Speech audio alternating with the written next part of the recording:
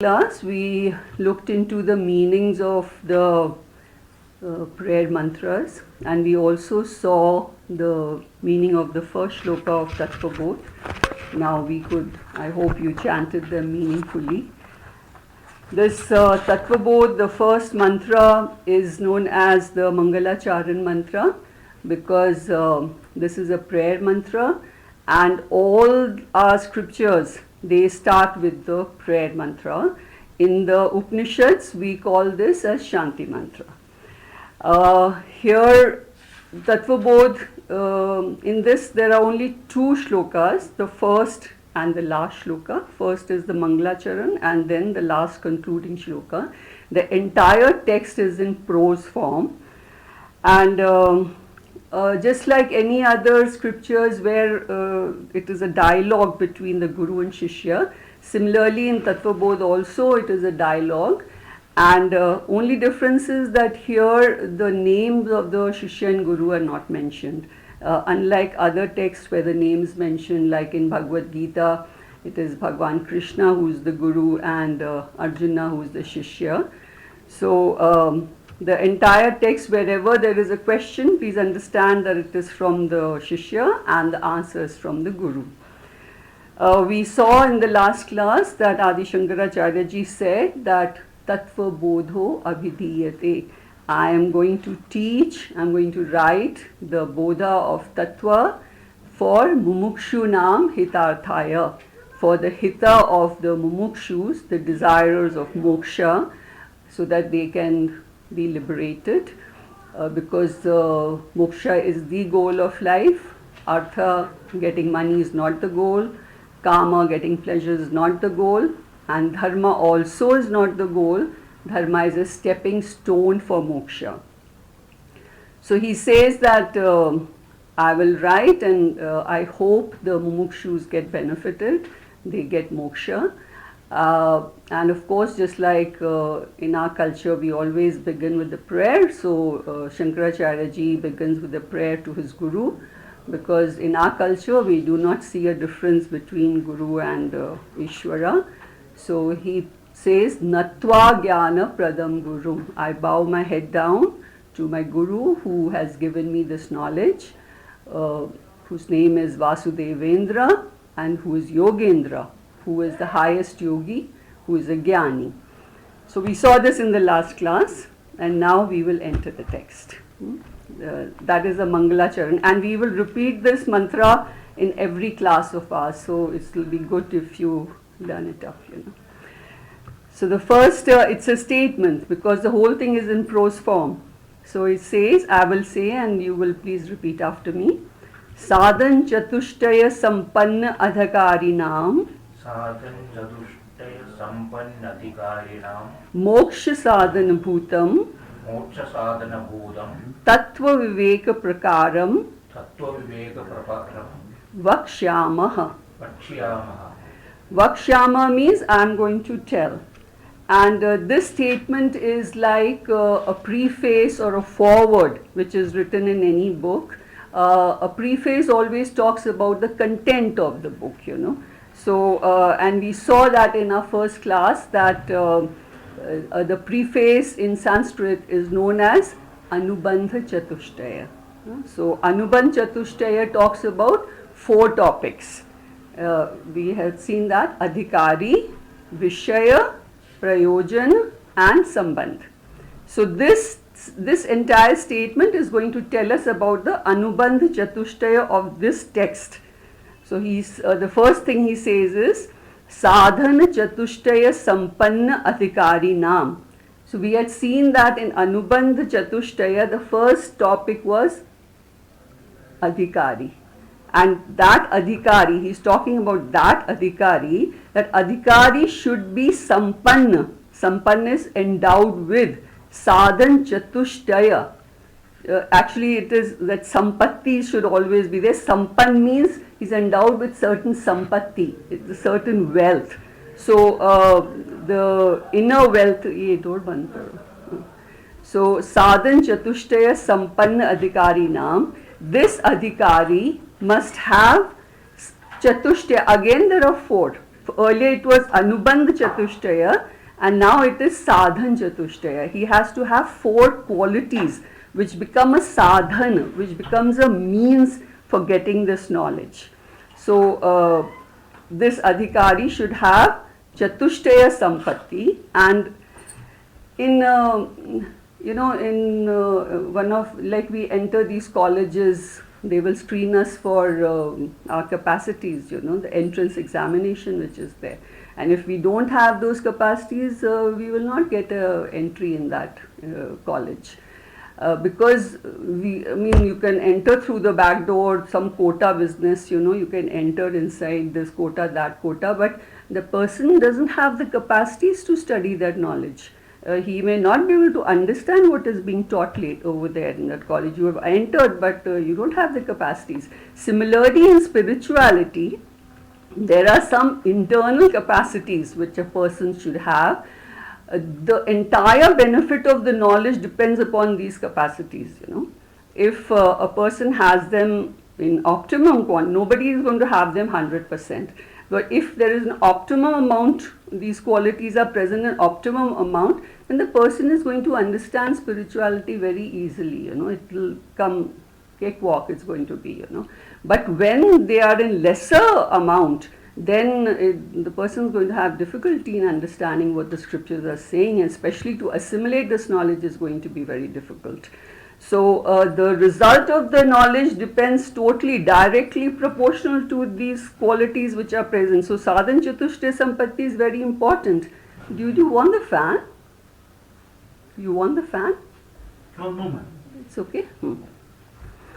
So these sadhan chatushtaya sampatti is like the entrance examination you have cleared, So the Guru says that sadhan chatushtaya sampanna adhikari. This person, this adhikari is sampanna with those 4 qualities, chatushtaya 4 qualities. So he has passed the entrance exam, and he will be able to get these knowledge very easily.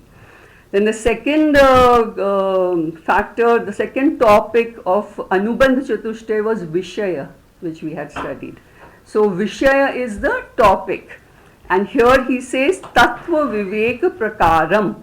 Tattva Prakaram is the method, and Tattva Vivek is the capacity by which one does an inquiry.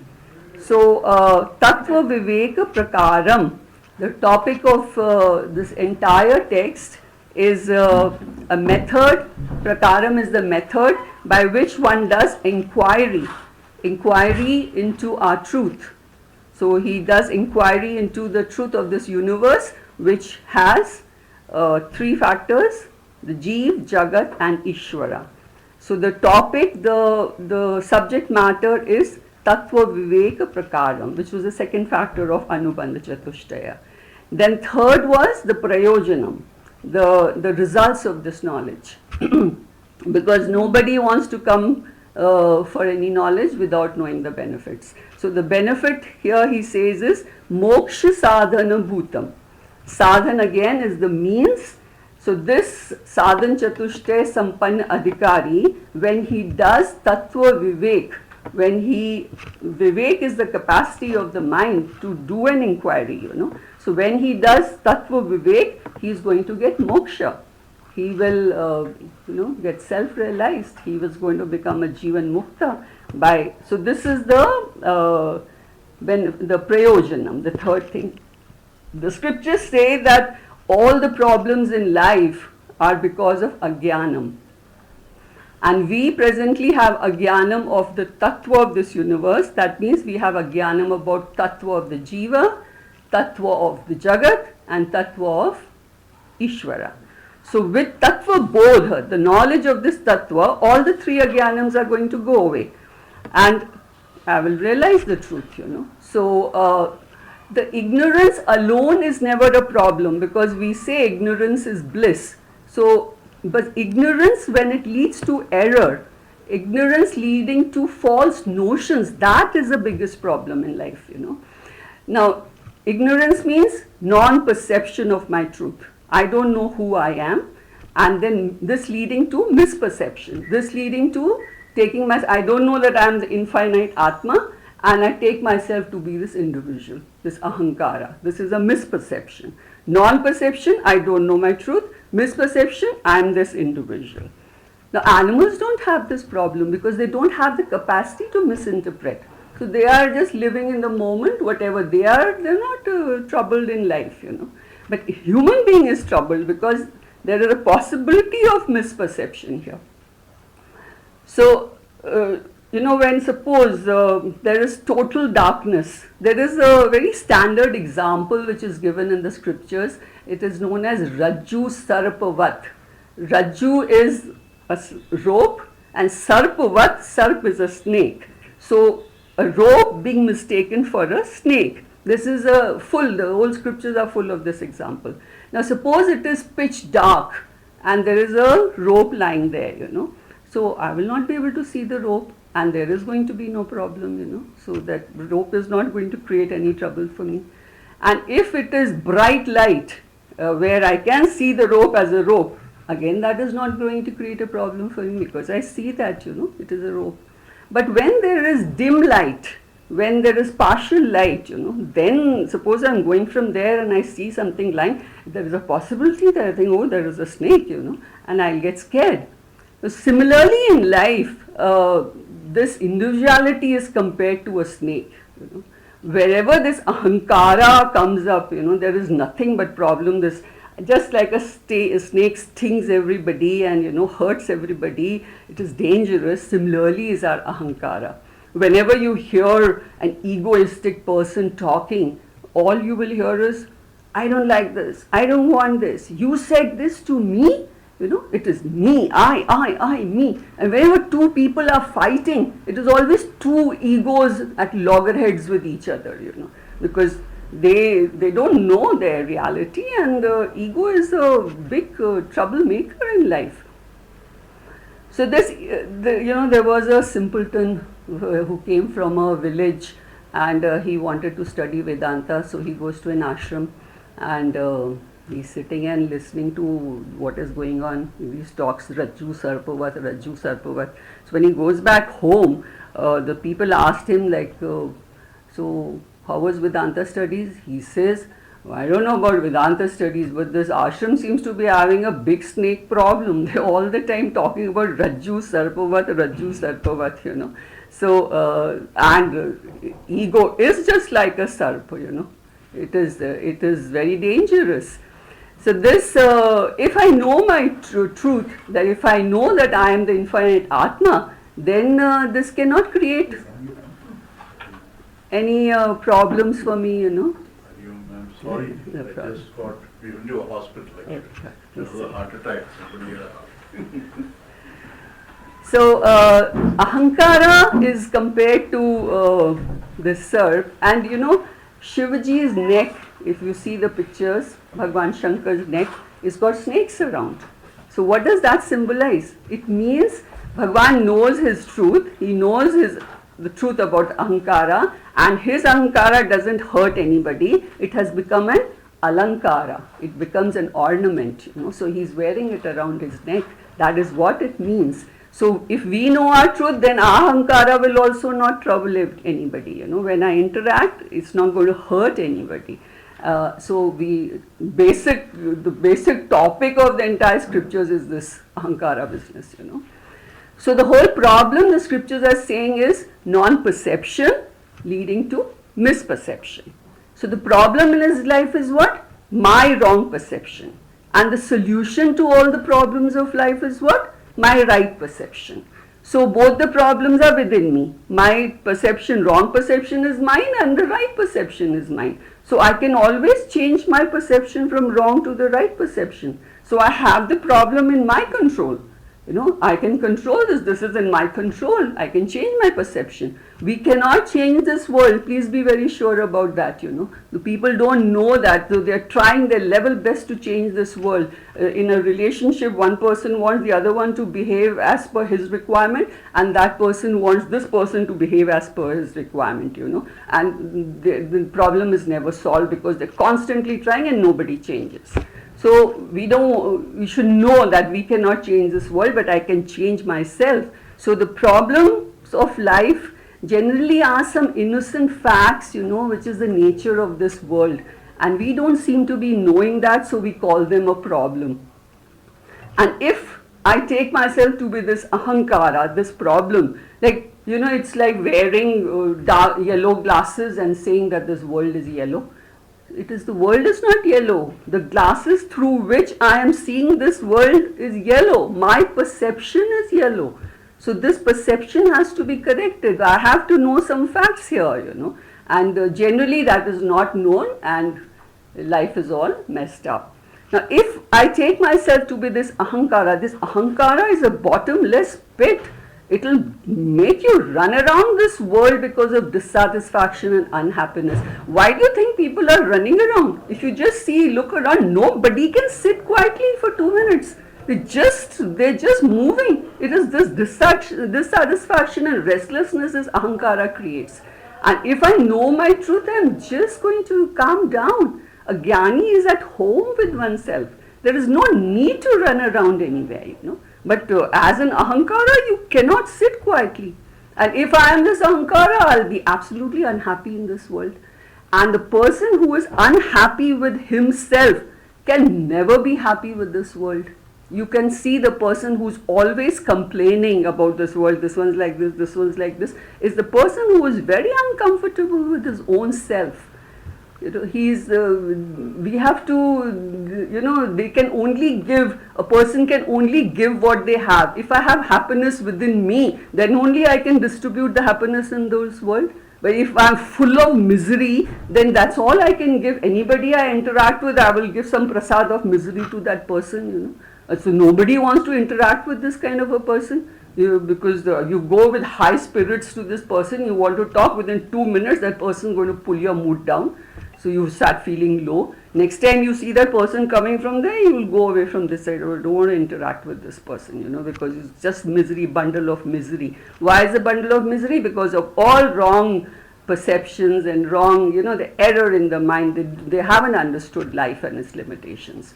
So this ahankara has to be known. So the prayojanam of Tattva Bodha is freedom from non-perception leading to misperception. So that is the prayojanam. The fourth topic which the Anubandh Chatushtaya talks about is sambandha. Sambandh is the relationship. So this knowledge and my relationship with me is that this knowledge is going to transform my life, It will just be like waking up from a dream. When you wake up from a dream, the entire dream is negated as not real. Oh, that was just a dream, So similarly, the scriptures are declaring that self-realization is waking up from this dream. This is not real. This world is not real. What you are taking and you're suffering is because of some wrong perceptions you have. So the truth, the moment you realize, it will be waking up from this dream.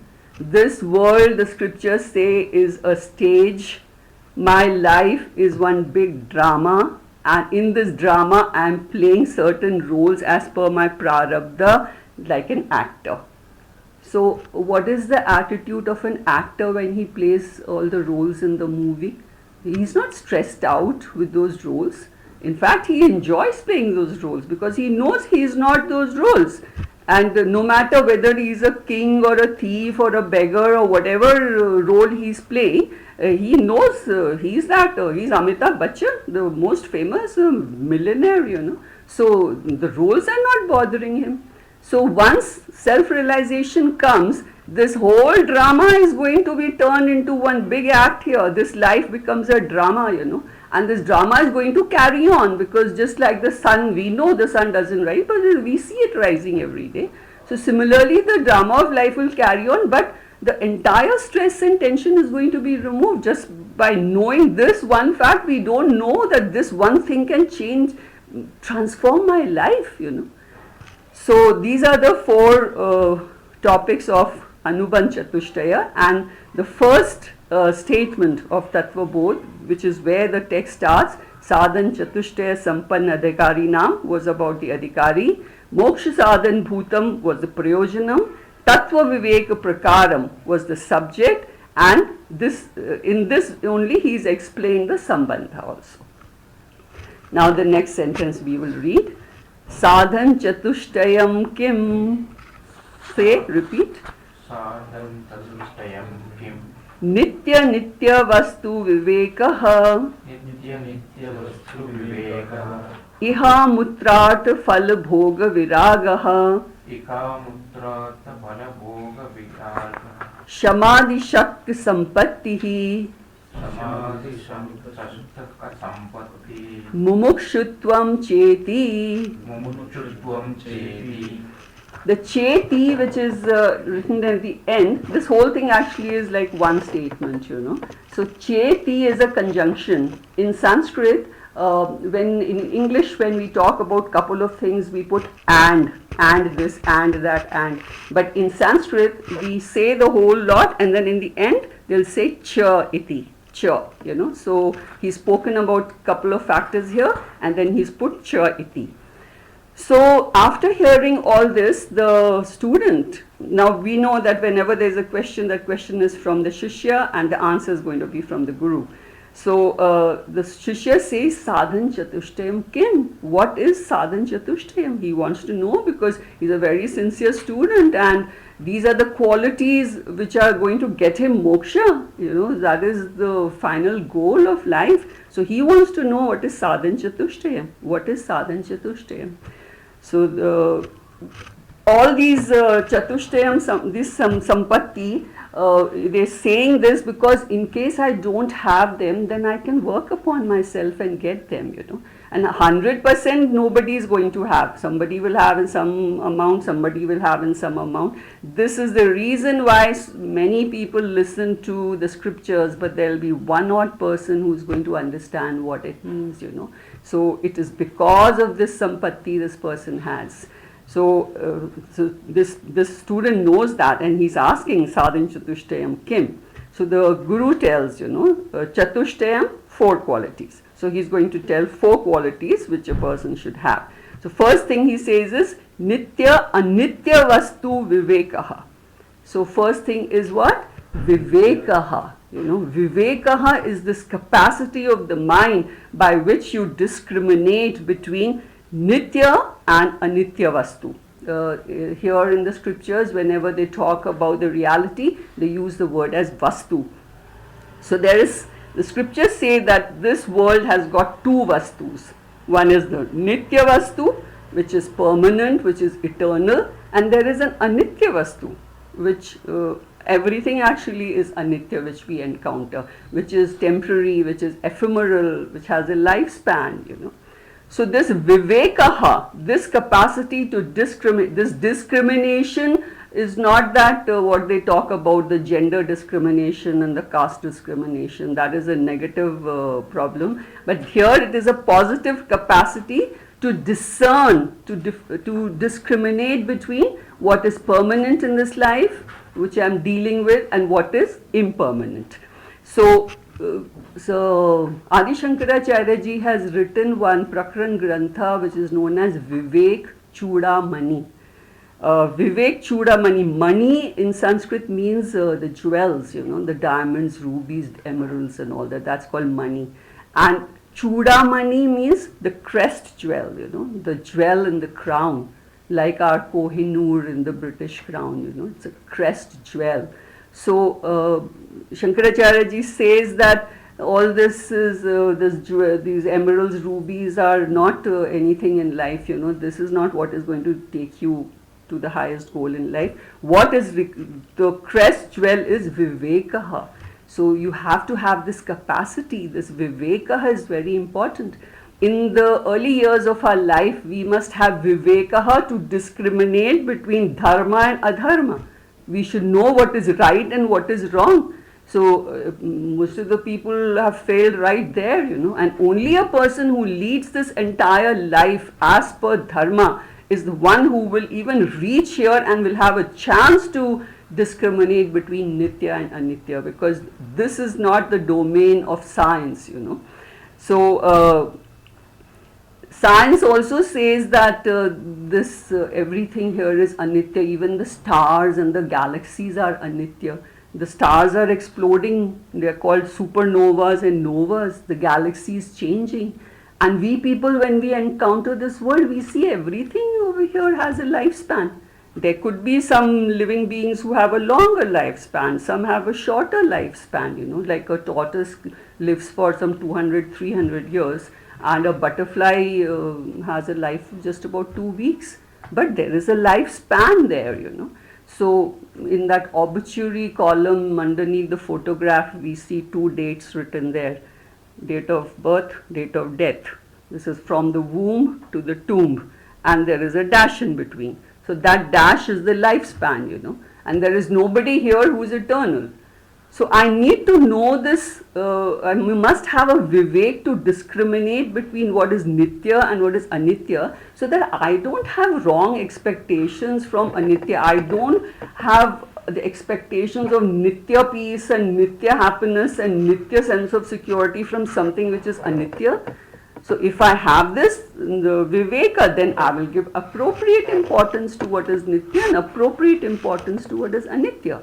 So this vivek is very important, And the anitya vastus of this world, we have 5 pramanas given to us by God. They are the 5 senses we have.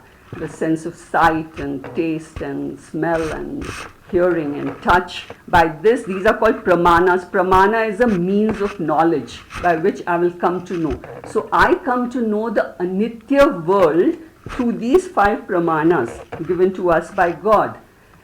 Then the nitya vastu, there is the 6th pramana which is going to tell us about it. 6th pramana is the shastra, the scriptures, That also is given to us by God.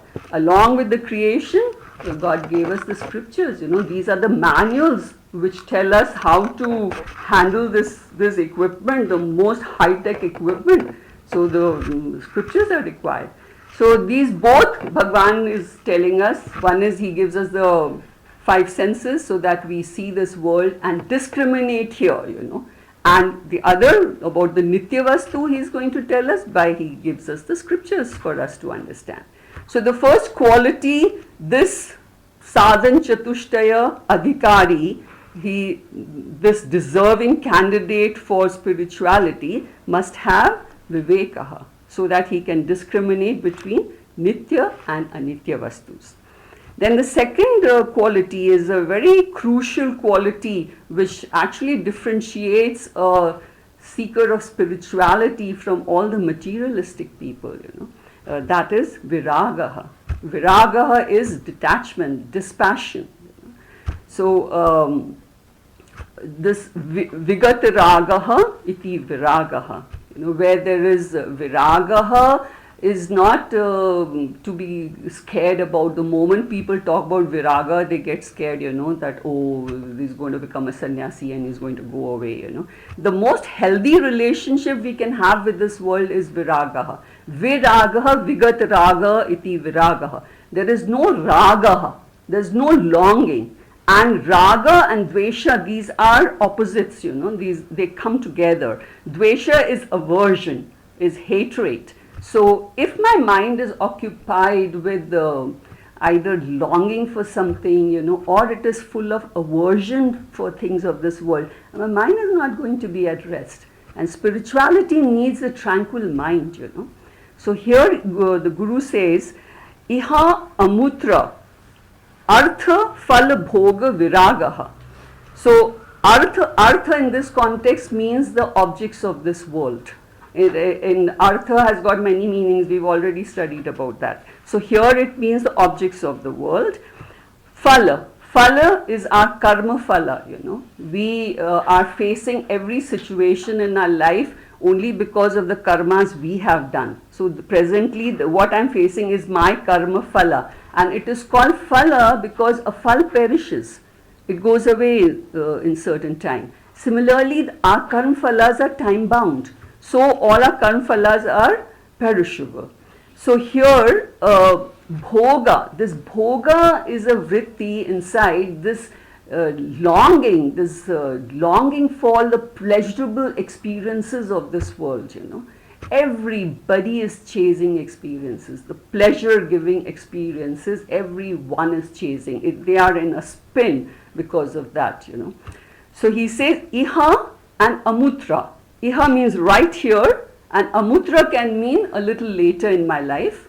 I still want pleasurable experiences. I'm only looking for that. Right here or later. Later in my life, maybe in my old age, I want to go on a world tour, or I want to buy the latest car. It's in my mind that that is what I am looking out for and I'm working for it.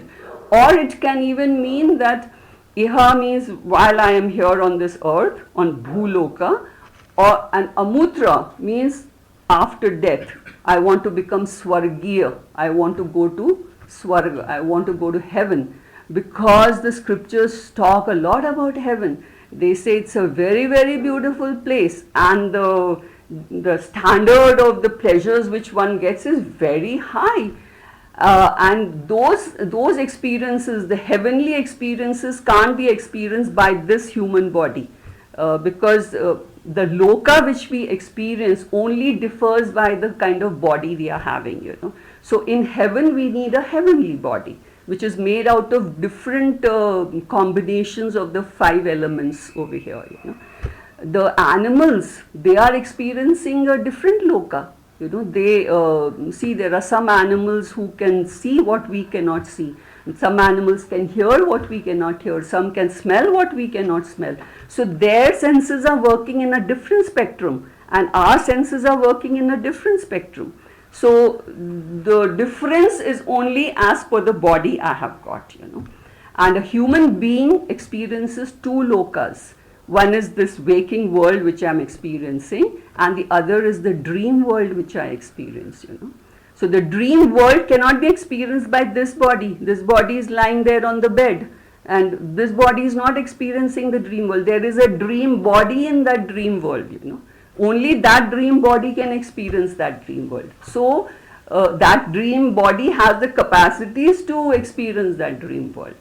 So this is what over here the difference in the body is. So he says, iha amutra phalabhoga viraga. This very wise person who has sadhan chatushtaya sampatti, who has vivekaha of the nitya and anitya vastus of this world, he has developed viragaha, detachment, dispassion from the anitya vastus of this world.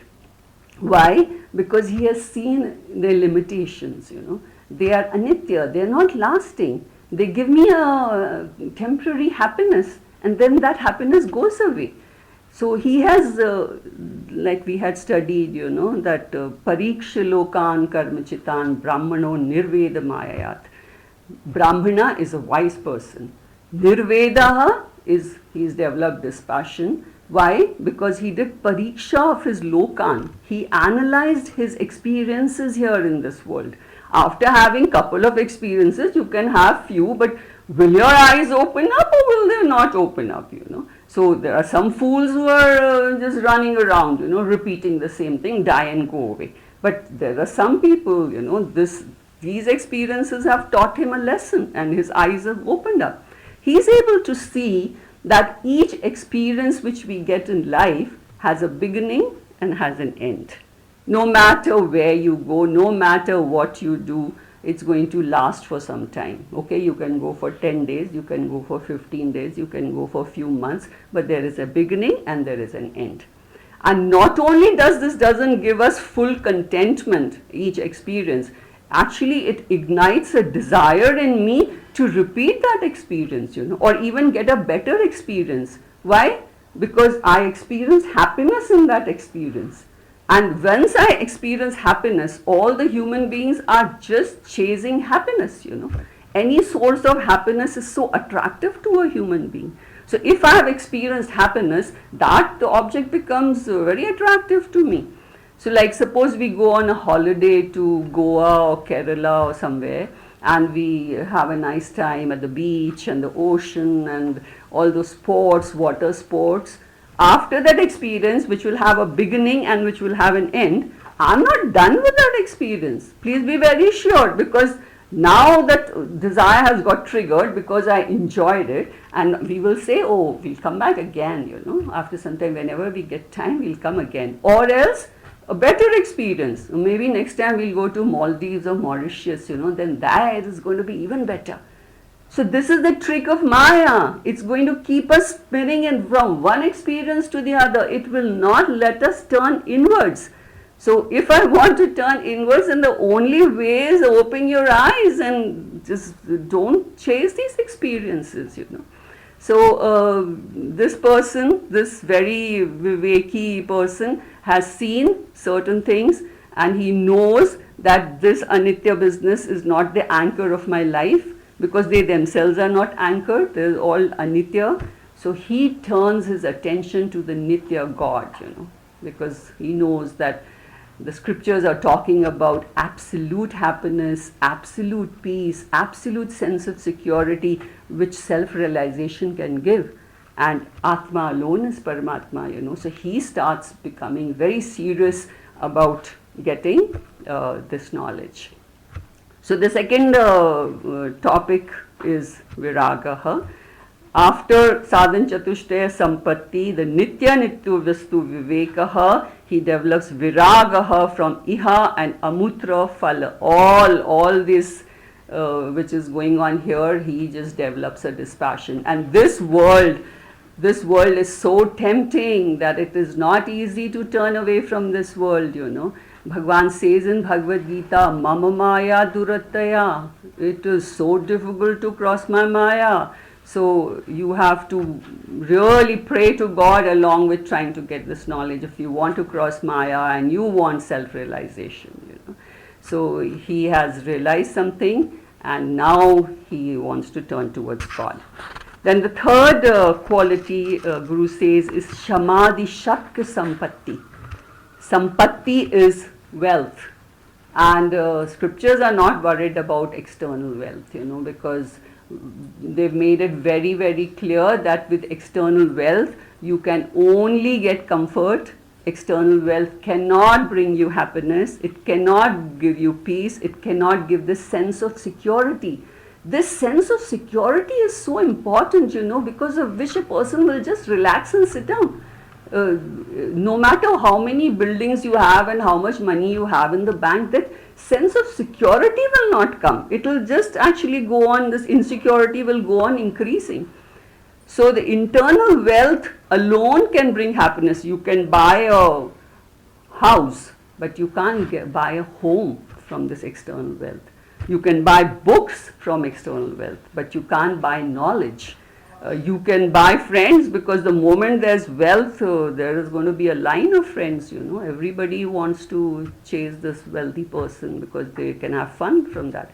But you can't buy true relationships, you can't buy true love, So external wealth, people who have actually been chasing external wealth, all their lives, if you really observe them, in their old age, they are sitting there with a gloomy face, because they lack everything inside, And if you just ask them that life, how is life?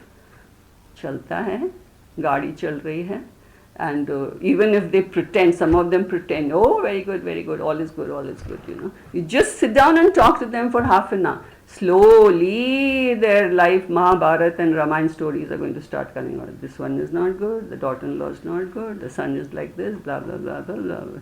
They are just absolutely unhappy, So with external wealth, how can we get all these inner things? The world is so gross that they can only see all this glitter and glamour of money, And science is just going on increasing the technology. It is producing more and more of this outside.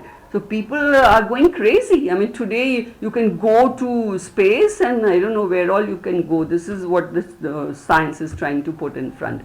I mean, most of the countries, where everybody goes running, is because they have created this, in scriptures called this Maya Nagari, so beautiful, the world is so beautiful that you're so attracted and you're chasing this world, But you may get all that outside. You may buy a beautiful house with a very comfortable bed, but that doesn't ensure that you'll get good sleep. So external wealth actually is of, one has to realize that this is mirage water. What am I chasing, But mindlessly people chase that. So here he's talking about internal wealth. And he says, Shakka Sampatti. Shakka means 6. There are 6 virtues a person should have, which are internal wealth, So the third quality is a group of 6 values, virtues, which a person should have, which will become a sadhana, which will become a means for moksha. So he is saying Shama Adi. Adi is etc. And Shama is the tranquility of the mind. So he says that one of the sampattis is Shama. The first one is Shama, the tranquility of the mind. And Adi, he says, because he is going to talk a lot about this sampatti, And they are talking only so that we can look into it, we can acquire, and if there is something lacking in us, then we can work upon ourselves. So Shamadi Shakya Sampatti is the third qualification. Then the final is Mumukshutvam. Mumukshutvam is the desire. Moksha is the goal and Mumukshutvam is the desire. And as I had said earlier, we cannot will or command any desire in our mind. The desire comes, So we have to prepare the base. And scriptures this is what they are telling us, If you have this sampatti, if you have this kind of a viveka, if you develop viragya for anitya, then you are going to have that desire. That desire is the end result. So these are the steps the scriptures are telling us. You follow this and that is going to be the result. So the scriptures want, the expectations of the scriptures is that gradually our desires should get refined in life. Initially, for everybody, the desire is artha. Artha is getting more and more money here, So, and that is the grossest desire anybody can have. Just like a river flows down the mountains, it is a natural flow of the river because it is downstream. Upstream is an effort to make a U-turn and make the water go up. We'll have to pump that water up, So in us also there are some traits in us which are naturally present in us, and most of the people are just flowing down as per those traits. But if I know something, if I have certain knowledge, then I'm going to make a U-turn. I'm not going to, follow this rat race here, because everybody's, even if I follow the rat race, I'm going to remain a rat only, So I want to reach the highest goal of life. So here the first desire which is naturally present in everybody is artha. If you go for a walk here, I've gone many times and I've heard, the only thing which I hear, which is so many lakhs, got the house for so many lakhs, crore, lakhs, crores. This is what is going on, So this desire for artha is the grossest desire, and I need to go ahead, I need to refine my desires, The other desire is kama, this desire for pleasures, which again is very instinctive and natural to all the beings. They're just driven towards pleasures. Even animals they chase pleasure because every animal will look out for a comfortable place where they can sit comfortably, and even the pleasures. You give your dog some good food, see, look at the reaction there. So the dog wants pleasures. But this is so instinctive and natural. So the people who are just following their desires of artha and kama are compared to animals in the scriptures, You spend your life only chasing these two desires. So they expect that our desires inside should get refined. So a person whose desires are refined from artha and kama desire to dharma desire is a person who's considered really a sensible person, because his desires have become dharma. He believes in a life of values, a life of contribution. This person is a contributor and not a consumer here. Most of the people only know how to take, grab. It comes so easily. But ask them to give $10 also, they cannot give, because contribution is not their cup of tea. They only think they have come here to take. So this is a very naturally, it's present. This is present in every human being. We have to fight it, we have to understand it, we have to let it go, So as the desires are the same kind of happiness we are experiencing, that person who's chasing artha and kama is also getting happiness. But this person who is a dharmic person, who has desire for dharma, he has a very deep sense of joy, And only he knows that the joy of giving is so much superior to joy of taking. It's a refined desire in the mind. And those people think, actually the general lot who are chasing artha and kama, they sympathize with the person who is always studying, who is always in knowledge. What kind of a life is that? They don't know how to live their lives, And this person who's into books and into knowledge is sympathizing with them that you all are moodaha and vimudaha and you're wasting your life, So this is the difference. But the scriptures expect us to move from this gross desire of artha and kama to a refined, that ananda which one is getting from artha and kama should change to the dharma ananda, you getting ananda out of dharma, and eventually it should reach the highest ananda of moksha ananda, the ananda which one gets in realizing one's truth, the highest, only that person knows what the joy is, because without joy nobody is doing anything here. This is a permanent joy here. This is absolute happiness. So that is why this goal is so high. This is the highest spiritual desire. This is the goal of life. And in the Vedic times, people left their homes. They gave up everything and they went in search of truth. Gautam Buddha left his kingdom and went, in search of truth. Swami Vivekananda left everything, and he would go to all these spiritual masters, and his first question used to be, have you seen God? Have you seen God?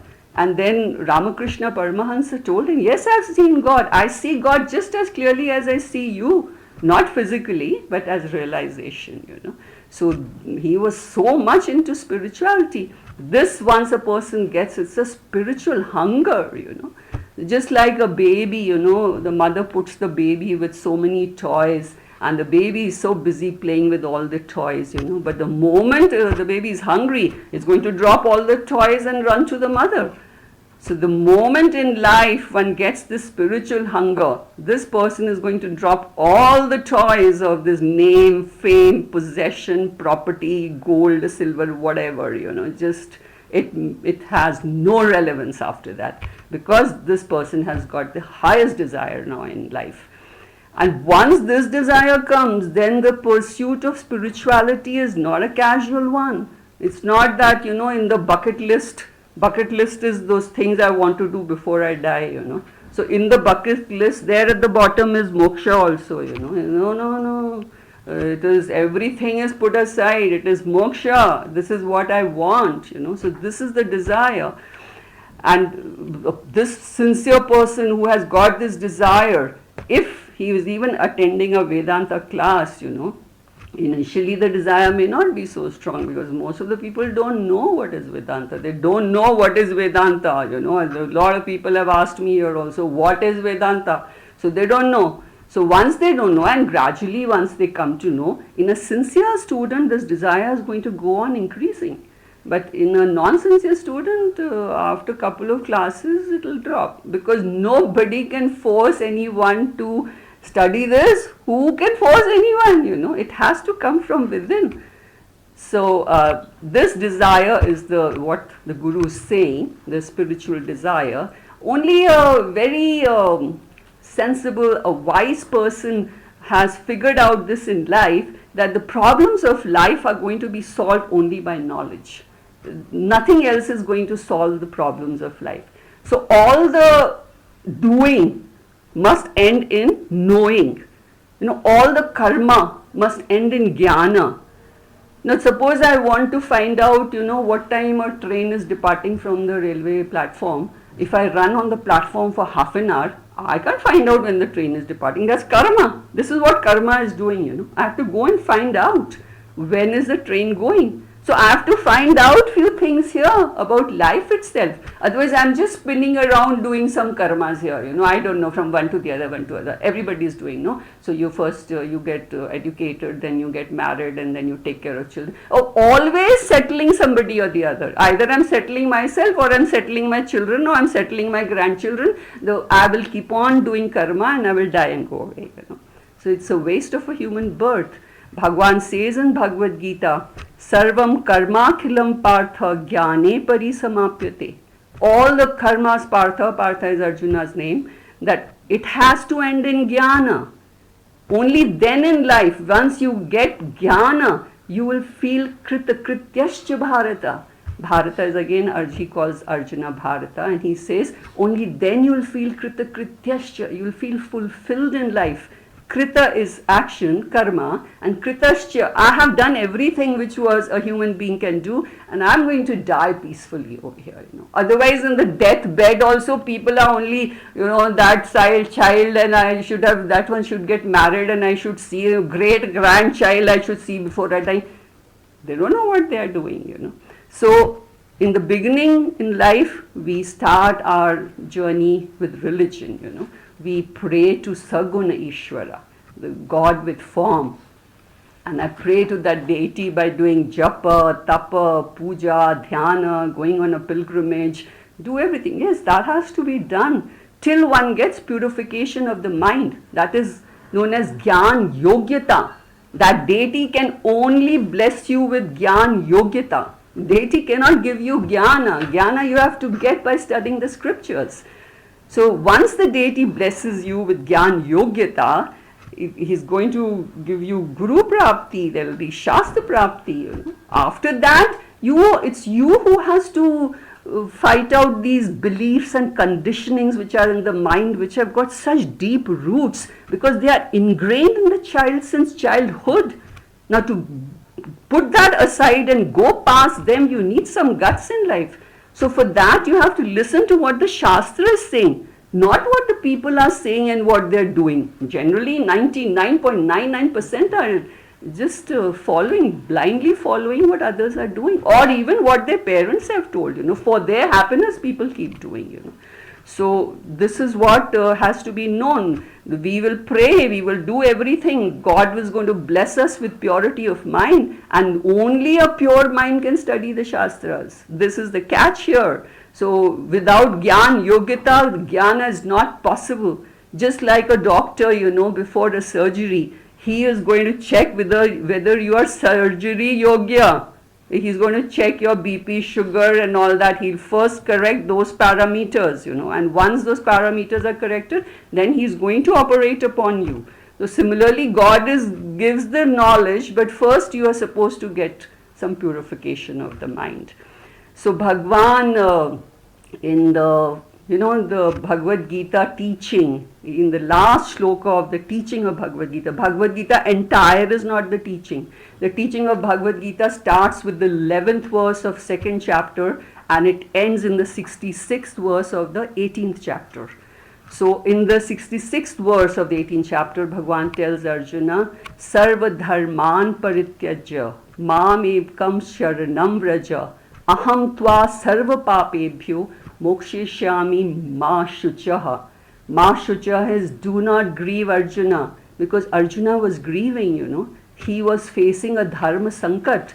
Dharma sankat was that in the fight, he's supposed to kill his grandfather and his guru who was standing there, But problem is that they were on the side of Duryodhana, and Duryodhana was adharma personified. Every adharma on the earth he had committed. And these gurus and the grandfathers sided up with Duryodhana. Why? Because they had given their word, They had said that they will always protect the Kuru Vamsha. So those people also, Pran jai par vachan na jai. Once they gave their word, they didn't budge from that. Not like we people today, as per convenience, everything changes. We do what is very convenient over here. Not those people.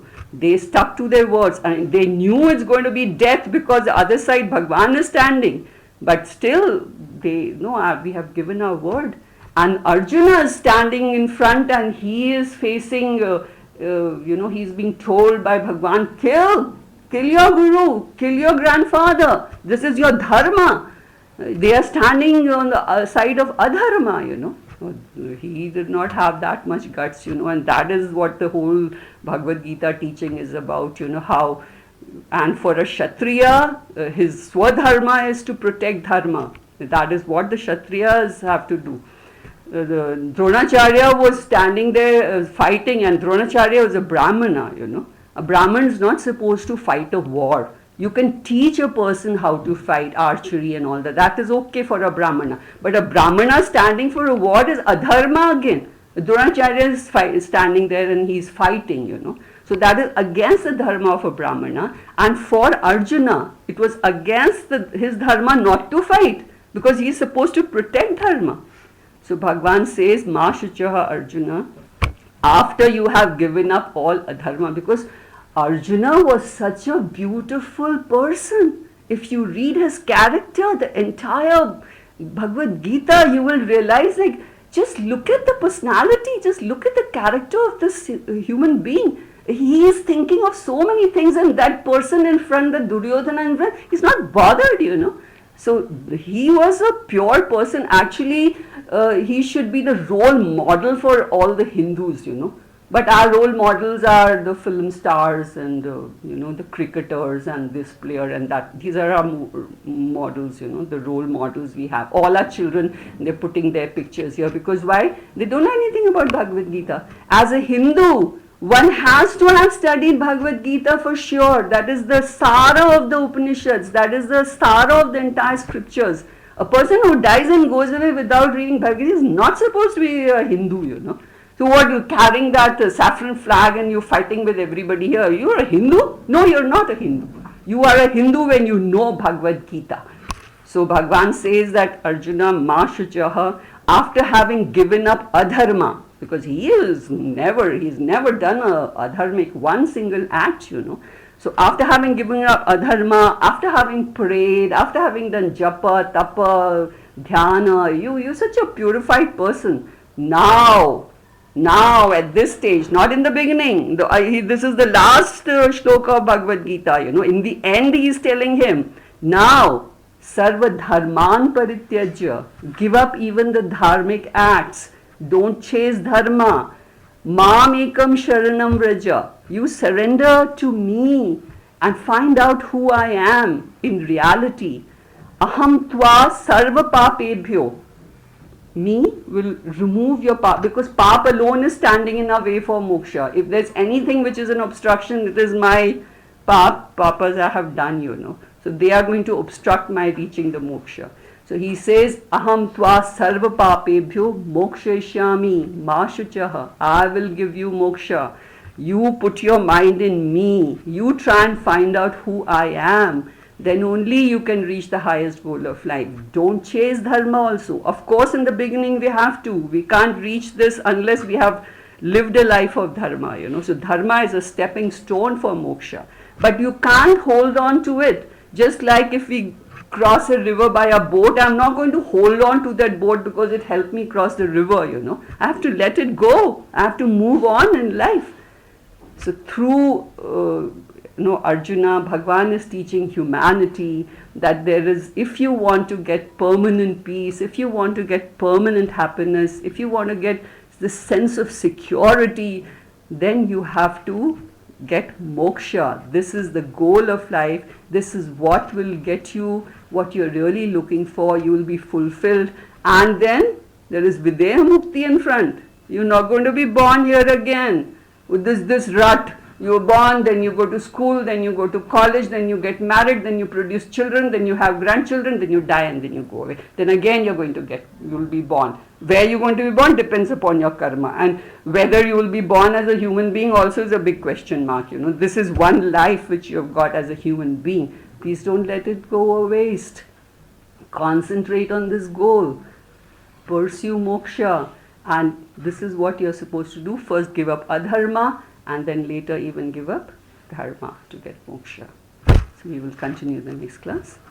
Om Purnamadaha Purnamidam Purnat Purnamudachyate Purnasya